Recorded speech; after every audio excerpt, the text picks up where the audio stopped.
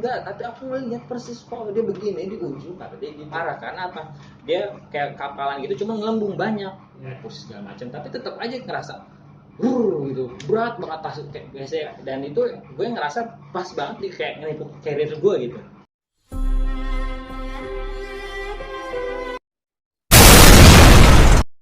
Gerakannya itu dari mereka puncak bendera sampai ke tempat gue duduk itu kurang lebih ada sekitar 1,5 jam, yang harusnya mungkin setengah 1 jam bisa nyampe tempat gue. Mereka agak lama. Makanya gue sempet tanya, mas dari mana?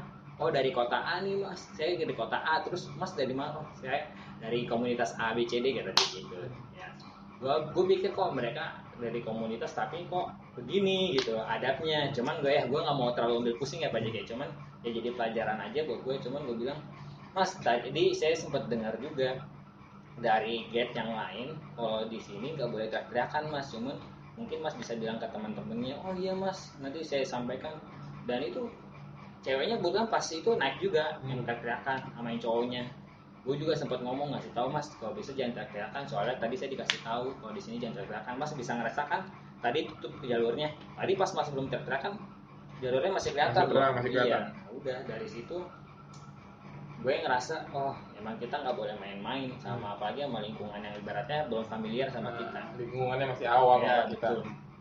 Dari situ itu kayak kita ngerasa oh mungkin ini salah satu keindahan alam juga kan. Apalagi ini pencipta, mungkin hanya kebetulan atau bagaimana ya, kita bisa menikmati dan mensyukuri aja sih Pak. Nah dari jam 9:30 itu gue masih ngobrol-ngobrol sama cewek gue sambil ngemilih makanan kan. Dan ya gue pikir benar juga kita untung berhenti di sini, soalnya kita sebagai supply aja gitu Pak Jack. Soalnya gue lihat teman-teman yang lain tuh airnya juga cuman yang mungkin nggak ada sampai setengah liter. Jadi ya gue bilang udah kita jadi supply aja, pasti ntar teman-teman turun kehabisan makanan atau kehabisan air ada di kita ya seenggaknya kita bisa ngasih stok ke mereka. Nah karena dari puncak sejati itu untuk turun ke pos shelter itu lumayan jauh Pak Jack, jadi pasti bakal nguras tenaga banget kan, sedangkan air juga terbatas. Karena kan turunnya juga harus hati-hati kan. Iya, kalau kayak di Semeru kita turun kayak main ski enaknya gitu, cuma kalau di cepat iya sampai Arcopodonya. Nah setelah itu ya pokoknya cewek gue juga agak-agak ini sih, pengen kencing nih, gemeteran ya, kenapa ya, kayak suasananya itu beda setelah itu. Udah gitu kan setelah mereka naik ke atas yang rombongan teriak-teriakan itu, kita jadi ngeliatin pemandangan aja apa yang ada gitu aja. Setelah mereka lewat enggak lama tuh cerah lagi tempatnya. Iya, Jembatan Siratul Mustaqim. Iya, kelihatan jelas. Yang tadinya ketutupan kabut itu kelihatan jelas. Tapi rombongan mereka aman itu? Iya aman sih Pak Jack. Ya pas gue masih nunggu teman-teman, kebetulan ada satu orang yang turun juga duluan, mungkin ngecek alat atau bagaimana ya nggak ngerti juga gue. Itu gue nungguin dari jam 8, pas tim gue turun tuh, teman-teman gue turun itu jam 12 kurang lebih. Jam 12 siang. Iya. Ketemu lagi. Iya di situ ketemu lagi, dan bener banget feeling kita pas mereka turun mereka kehabisan air. Jadi ya alhamdulillah kehabisan air, ada yang kelaparan juga. Jadi ada stok makanan dari lu. Ya udah lu mas makan dulu, ngemil dulu mbak, coba enak gimana tadi suasananya segala macam ya. Mereka sempat cerita juga kan gimana trek jalur sampai puncak sejati. Ya memang agak ada rasa sedih sih, cuman ya melihat kondisi yang ada dan nggak bisa memaksakan juga Pak Jack, dibanding kita mentingin ego terus terjadi apa-apa malah jadi nyusahin orang lain. Ya udahlah kita mendingan diam di situ, dan ya alhamdulillah bersyukurnya udah nyampe puncak bendera ini, mungkin di lain kesempatan bisa nyampe puncak sejati. Dan si om yang support si Bunga tadinya kan dia udah jalan setengah jalan di Siratul Mustaqim, dan itu kebetulan Bunga sama gue duluan, dia belakangan. Nah pas di tengah jalan dia tuh putar balik karena ke belakang, mungkin karena belakangan kali ya dia. Jadi mungkin kayak udah gue nunggu di pos aja deh kata dia gitu, gue balik aja ya, muter balik. Ya udahlah, mungkin dia nggak sanggup apa bagaimana, dia muter balik. Ya udah jadi gue bertiga. Enggak, jadi gue berdua aja tuh, dia muter balik nih si om. Dia muter balik. Nah terus tim kita datang, ya udah ngobrol-ngobrol, baru deh kita bareng-bareng turun ke pos 7. Nah, terus sama cewek lu apa yang terjadi? Nah itu pas 7 mau ke pos 7 ini kan ngelewatin jembatan Siratul Mustaqim dulu kan banyak. Nah di Siratul Mustaqim ini agak krusial, soalnya kita pas jalan untuk naik ke puncak 17 kan jalur aman tuh, tapi pas arah baliknya ini kita milih-milih batu mana yang bagus, batu mana yang keras. Soalnya kalau kita salah nginjak bahaya. Sedangkan kiri kanan itu gue ngeliat, ih dalam banget ya, ada kali 100 lebih mah. Lebih lah bro, Lebih kayaknya. kurang begitu. Iya, buset, gue bilang, aduh gila ngeri banget. Udah kan, terus untungnya pas selesai pas posisi kita nunggu itu cewek gue udah agak fit lagi Pak J, udah agak prima ya. Gue motivasi dia, udah kamu udah masih di sini masih dapat kok sertifikat, gue bilang gitu kan, dapat sertifikat kan. Emang yang naik gunung dapat sertifikat? Iya. Selama naik gunung gue nggak pernah punya sertifikat. Gitu kan, udah tenang aja, masih dapat kok sertifikat, udah ini pasti lolos, bisa ditunjukin ke teman-teman gue bilang gitu kan. Udah tenang, pasti di lain kesempatan bisa kamu ke puncak sejati, gue bilang gitu. Ya udah, itu sempat bingung tuh gue ingat, gue ngarahin dulu kan, cewek gue kan duluan kan Pak Jack, duluan turun ke mau ke puncak bendera kan. Jadi dari punggungan puncak 17 ngelewatin Siratal Mustaqim pakai tali temali kan, terus nah itu nyari pijakan, ini nyari pijakan, gue ngarahin aja kan, jangan sampai salah, awas. Nah untungnya alhamdulillah lancar. Nah dari terus kita di pos 7 kan langsung nyampe pos 7 nih, ya happy lah, ngobrol-ngobrol, terus baru cewek gue cerita. Jadi pas kita dari pos 6 ke 7 ini cewek gue kayak ngeliat pocong di pertengahan jalan. Iya, apa makanya, selalu diikutin terus? Iya, jadi pas dia nangis itu mungkin apa halusinasi dia atau bagaimana, atau dia ketakutan kali. Dia jadi kayak ngangkat tangan tuh kayak ke bawah gitu, dia ngerasanya kayak ke bawah. Gue bilang, mungkin ada pocong di sini, kamu mungkin halusinasi, gue bilang gitu. Enggak, tapi aku ngeliat persis kok dia begini di ujung, kata dia gitu. Di depan lu gitu? Iya, kata dia di depan gue ngomong kan, gue ngomong kayak gini depan sama lu nih, kata dia di belakang gue, kata dia ada. Makanya dia kayak gini aja, nunduk aja, takut ngeliat lu gitu. Udah, setelah itu gue ya udah, gue ngobrol juga kan sama Gets ya, sambil tawa aja lah. Mungkin iya kita coba bawa santai aja, karena kan kalau dibawa serius pun ikutnya jadi suges ke cewek gue, nggak baik juga. Nah terus kita nginep 1 malam di sana di pos 7, besoknya baru kita turun pagi-pagi. Nah pas pagi-pagi ini baru kita dapat hujan Pak Cik di pertengahan. Hujannya sih lumayan, nggak terlalu gede, cuman ya lumayan basah treknya. Nah di posisi ini cewek gue nangis lagi, nangisnya karena sepatu yang dia pakai itu udah ngerasa nggak enak. Tahu-tahu pas gue buka sepatunya tuh, dia kakinya dia tuh kayak melepuh gitu Pak Cik. Kayak lecet. Cuman lecetnya ini kan kalau kita mungkin lecet merah-merah masih biasa ya, tapi dia lecet putih kayak bernanah gitu, melembung-melembung. Kayak daging keluar? Enggak, kayak melembung-melembung, kayak kapalan lah, kayak kapalan. Kirain kayak daging keluar. Kalau gue waktu di klub gitu bro, ya kan, pas gue buka sepatu, tret aja, darah semua tuh di telapak kaki. Ya. Tapi itu nikmatnya di klub. Terus udah kan, udah gitu air juga menipis. Nah karena kan cepet air tumpah tuh. Gue jadi ngerepotin orang lain tuh air. Gue sempat bilang sama cewek gue gini, kalau ada yang jual air 20.000 nih di sini, kita beli aja udah. Cuma nggak ada yang jual kan, kecuali di Semeru kan enak. Kalau di Semeru kan tiap spot ada aja yang jual air kan. Ya udah kan, terus jalan ya udah. Konsekuensinya karena waktu itu kakinya parah Pak Jack, bisa bilang parah karena apa? Dia kayak kapalan gitu, cuma ngelembung banyak. Gue kaget juga, aku ngeliatnya kok bisa separah ini, padahal dia pakai sepatu aman-aman aja, fine gitu. Dan di perjalanan sebelum-sebelumnya juga aman-aman aja, baru kali ini ngerasa begitu. Ya udah, opsionalnya lepas lah sepatunya. Gue pakai sepatu, dia suruh gue pakai sepatu dia, kebetulan gue bawa sendal. Nah cuman karena enggak efisien ya, dan itu membahayakan juga. Beda ukuran kan? Juga kan? Iya beda ukuran juga, jadi dia lepas sepatu, dan itu justru malah lebih cepet dia lancar. Gue anehnya gitu, harusnya kan bahaya kan, licin, apalagi habis hujan, bisa aja dia tergelincir atau bagaimana, atau enggak terkilir kan. Tapi pas dia lepas sepatu, terus justru dia lebih lancar gitu pas turun. Nah di pas turun pun gue jadi rombongan yang terakhir sama cewek gue berdua. Nah di pos, pokoknya dari pos 7, pos 5, pos 6, pos 5, pos 4, pos 3 lancar, aman. Dan di pos 5 ini gue udah berdua aja tuh, pos 5, pos 4, pos 3. Nah di pos 2 ke pos 1 itu jalurnya lumayan panjang kan, 2 jam, bisa 2 jam 3 bisa 2 jam 3 jam. Nah itu tinggal gue berdua sama cewek gue. Ya udah gue sambil ngeliatin kan, kebetulan lumayan banyak sih Pak Jack, ada ayam juga kan. Jadi kita sambil, wih ada ayam sambil tawa-tawa ngobrol kan, namanya juga udah selesai kan. Nah cuman pas masuk 2 ke 1 ini, mau ke pos 1 ini, kita udah ngerasa keanehan banyak aja. Apalagi di situ posisinya pas turun cuman gue tinggal berdua doang. Nah, di posisi pos 2 ke pos 1 ini itu treknya lumayan panjang dan lebat banget vegetasinya. Jadi jalurnya jadi jalurnya sebenarnya luas cuma karena banyak lebat. Pohon lebat kan, banyak jalurnya rapat jadinya. Itu di situ cewek gue di depan, gue di belakang, gue udah ngerasa kayak keanehan. Udah banyak suara-suara binatang. Di sisi lain gue ngerasa yang gue rasakan peril tambah berat. Peril berat dan bulu kuduk gue kayak ngerasa bangun semua. Cuman gue namanya laki kan, kalau misalkan gue teriak atau gue bilang minta ganti posisi, gue di depan atau di belakang, ada cewek gue di belakang, pasti dia nanya kan kenapa. Ya udah gue berusaha untuk positif meskipun di belakang kayak gue something ngerasa, wrong. Gue udah ngerasa merinding aja. Dan yang bikin gue aneh gini Pak Jack, itu gue coba untuk positif, gue sempat ini baca surat apa aja gue coba kan, baca kursus segala macam, tapi tetap aja ngerasa gitu berat banget. Pas kayak biasanya gue carry juga aman-aman aja kan dari awal sampai akhir tuh kayak berat banget deh gitu ya. Gue sama cewek gue diem aja biasanya tadi dari awal kita ngobrol, bercanda tadi dia kayak jadi bener-bener suara hutan sunyi aja gitu ya, kedengeran banget apapun apa yang bisa, dan termasuk batu kerikil. Kenapa gue bisa ngomong batu kerikil?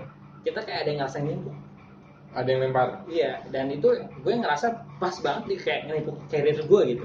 Kayak kan kalau kita kena carrier kan tuk. Gue ngerasa ada yang nimpuk, cuman pas gue yang belakang ke kiri kanan nggak ada. Tapi lu cuek aja gitu. Cuek aja, gue coba positif dan sampai di suatu jalan, nah itu masih rapat tuh, masih gelap semua. Padahal itu masih sekitar jam 5 sore. Jam 5 sore lah kurang lebih. Itu masih cerah lah ibaratnya. Terus kita masih ngerasa itu kan masih cerah ya Pak Jack ya. Cuma kayak ngerasa gelap aja udah gitu, kayak suara kayak mulailah halusinasi tuh masuk, kayak ada yang manggil, entah halusinasi atau ngerasa bener. Gue emang agak cukup peka ya sama kayak begitu-begituan, cuman gue berusaha positif aja dan ngehindarin supaya nggak jadi sugesti jelek ke gue. Karena kalau gue udah bawa itu ke pikiran gue, pasti gue ngelangkah pun akan berat. Cuman ini beda, yang gue rasakan itu carrier berat dan bulu kudu gue merinding kan, dan gue nggak berani ngomong ke cewek gue. Misalkan gue ngomong aku ngerasa ini ABCD sebenarnya, mungkin dia juga ke bawah. Tapi sampai suatu di titik gue bilang, gantian. Gue udah nggak kuat Pak Jack karena kerasa ditipu. Gantian bawa carrier. Gantian posisi. Jadi cewek gue di belakang, gue di depan. Baru gue ada mendingan. Cuman cewek gue begini-gini aja, narik carrier gue. Gue nggak berani, bukannya gue egois ya, cuman gue udah tahu, kamu bentar doang ya, bentar aja biar aku tenang dulu. Gue bilang gitu Pak Jack, karena gue udah posisi udah campur aduk, pikiran gue udah kemana-mana. Gue udah tahu nih di belakang gue ada siapa. Gue udah tahu, cuman gue nggak berani nengok atau nggak berani nanggepin. Lu mau nenangin pikiran dulu. Iya, karena kalau gue nanggepin, yang gue takut gue shock, gue lari, gue kabur atau gimana. Cewek lu kasihan. Cewek gue kasihan. Gue bisa ngangkat dia, tapi belum tentu dia bisa ngangkat gue. Iya. Nah, udah gue coba gantian agak 15 sampai 20 menit lah kurang lebih, cuma agak panjang tuh Pak Jack. Cuman sambil ya gue coba ngobrol, kan gue agak tenangan dikit kan, agak fresh lah. Gimana nih tadi seru ya ngeliat ayam nih, banyak juga ayamnya ya, gue ngobrol-ngobrol. Ini nggak ada monyet ya segala macam. Terus ya kayak kita mencoba ngidupin suasana lah, meskipun kita tahu itu bakal berat banget Pak Jack. Padahal suasananya udah garing kayaknya. Garing, nggak masuk. Terus kayak setiap langkah yang kita lewatin lama-lama kan masuk kayak perkebunan gitu Pak Jack. Karena udah mau masuk pos 1 kan. Cuman kebun pisang ini kayak gue ngerasa banyak orang yang ngeliatin. Kayak ada yang ngeliatin kita gitu. Iya, gue ngelewatin perkebunan pisang sedikit, terus masuk lagi hutan biasa. Itu gue kayak ngeliat ada kayak banyak yang ngeliatin. Gue cuma berani bisa jalan tapi nunduk aja gitu. Gue nggak berani ngeliat kiri kanan. Cuman gue ngerasa orang pada ngeliatin. Terus kelihatan gitu orang ngeliatin gitu. Cuma sambil cewek gue narik gitu loh. Ya udah gue udah tahu nih, cewek gue mungkin udah nggak kuat. Kode gitu. Udah di depan, aku di belakang. Ya udah, gue udah agak fresh kan, gue agak pikiran gue udah, yang penting gue pikirannya udah tenang aja. Cuman gue pas bisa pindah posisi ini, gue nggak berani ngeliat kiri kanan Pak Jack, karena gue tahu gue lagi diliatin orang. Kayak ngeliat banyak orang ngeliatin, cuman gue positif aja. Gue pikir aduh, enggak, ini mah cuma perasaan doang, gue cepet jalan. Cuman mungkin yang tadinya gue rasakan rasa ditimpuk, kayak ditimpuk kerikil, dan ada suara-suara aneh, itu kerasa lagi. Kayak terus, cuman yang sekarang yang gue rasakan ini kayak suara manggil.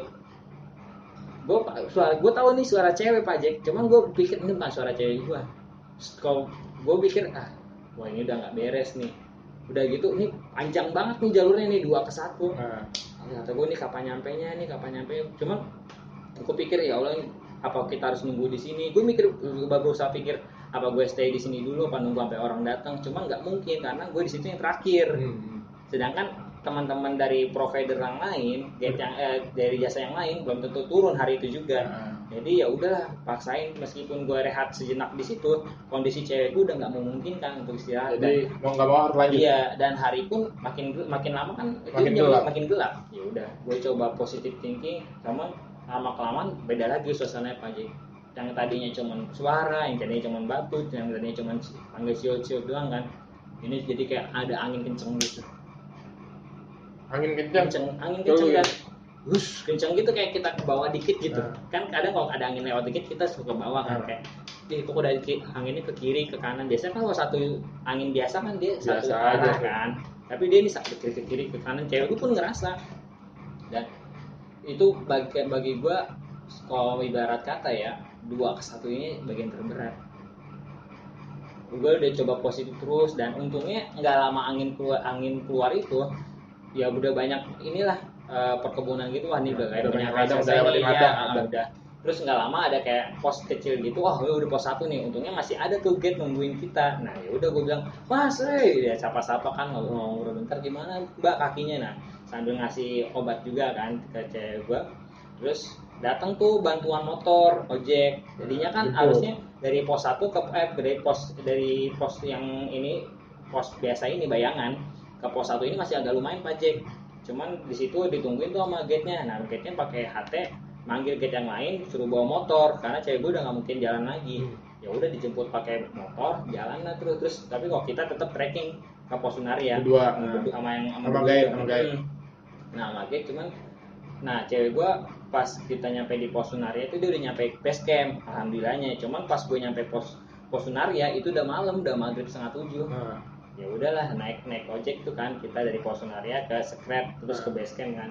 Nah di posisi ini gue nggak berani sama sekali ngeliat kiri kanan karena udah gelap banget bajek. Dan orang-orang sana tuh dia ojeknya itu nggak pakai lampu motor gitu kayak biasa kan. Kita punya motor kan ada lampu nyala kan nyorot. Tapi kalau dia gelap cuma pakai headlamp aja gitu.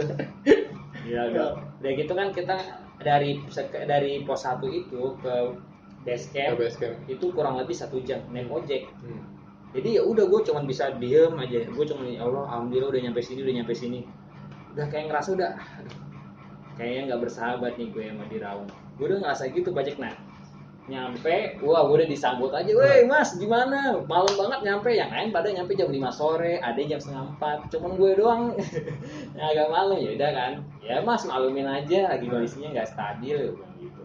Gue mandi, gue bersih, kita pesta duren tuh malam sambil cerita-cerita. Nah, cuman gue agak ngasingin diri sebelumnya kita dapat sertifikat tuh, dikasih juga tuh hari itu juga malamnya kan. Budaya sertifikat apa-apaan?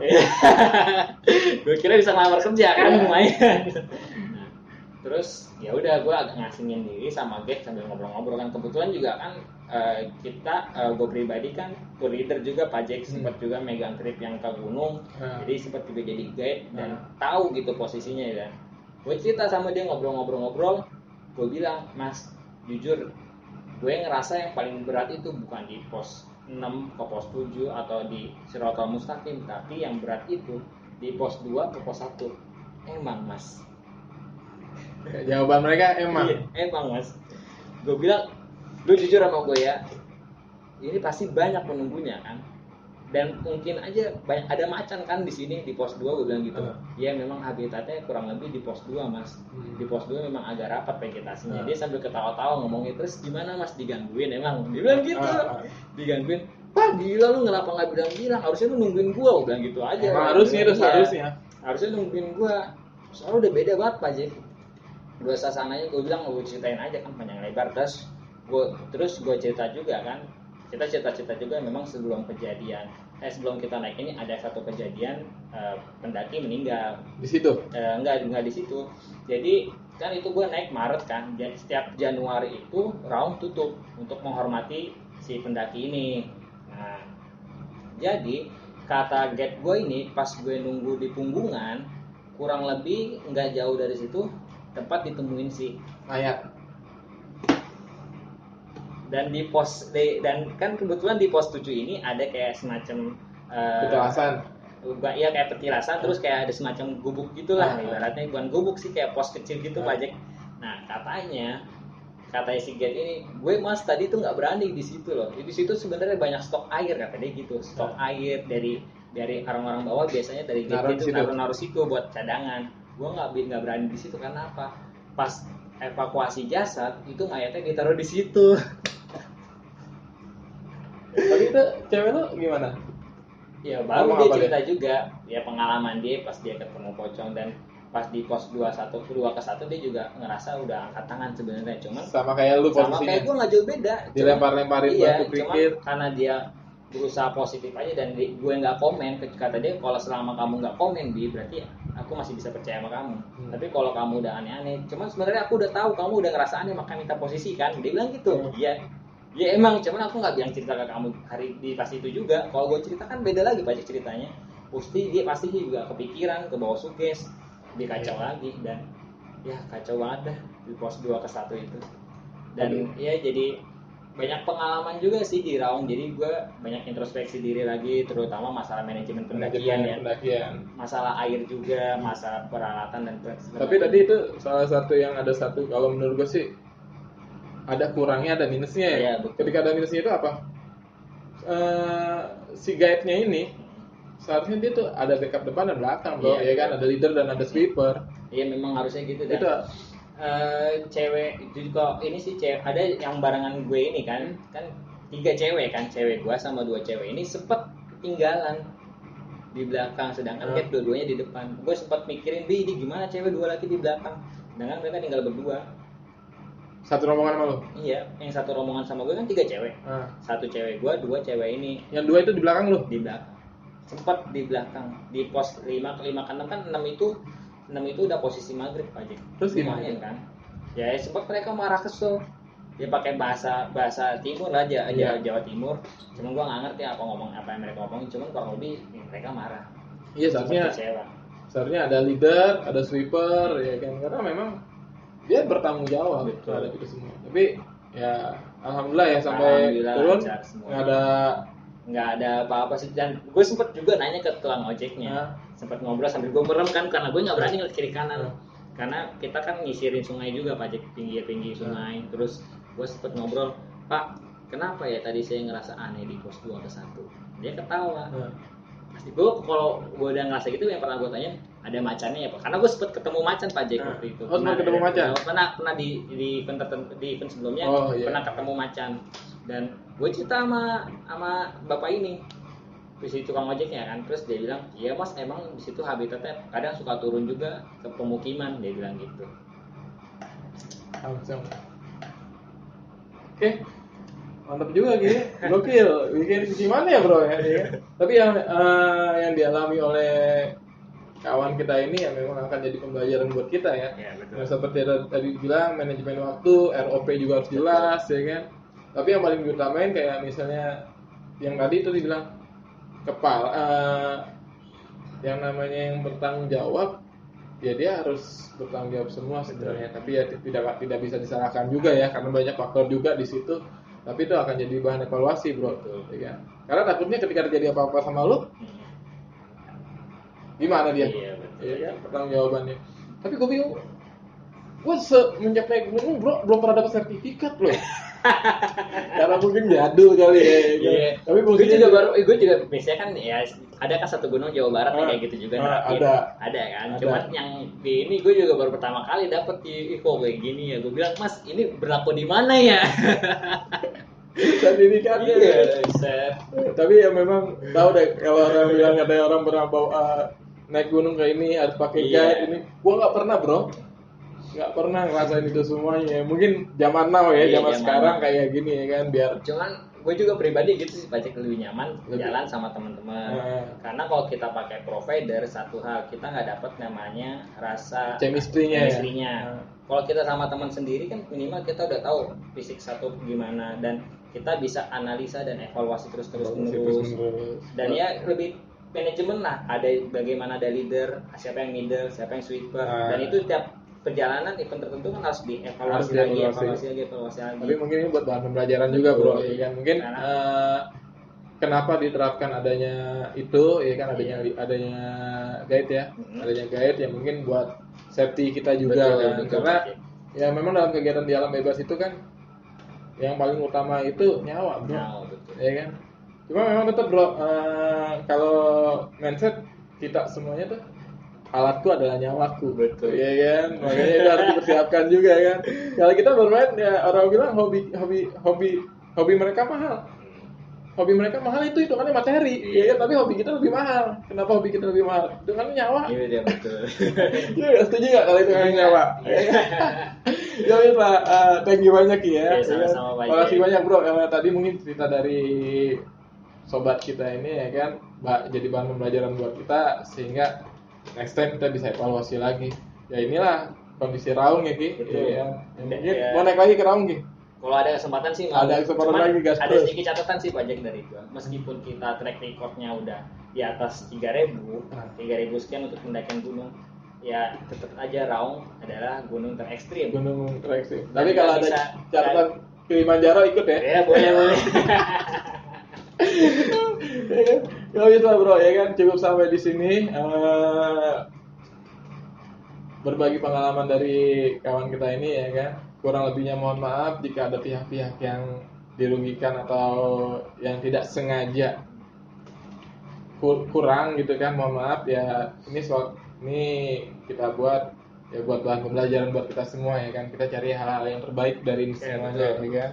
Pokoknya ingat tetap satu slogan, salam lestari, jaga alam kita, jaga bumi kita ya kan. Oke, thank you. Wassalamualaikum warahmatullahi wabarakatuh.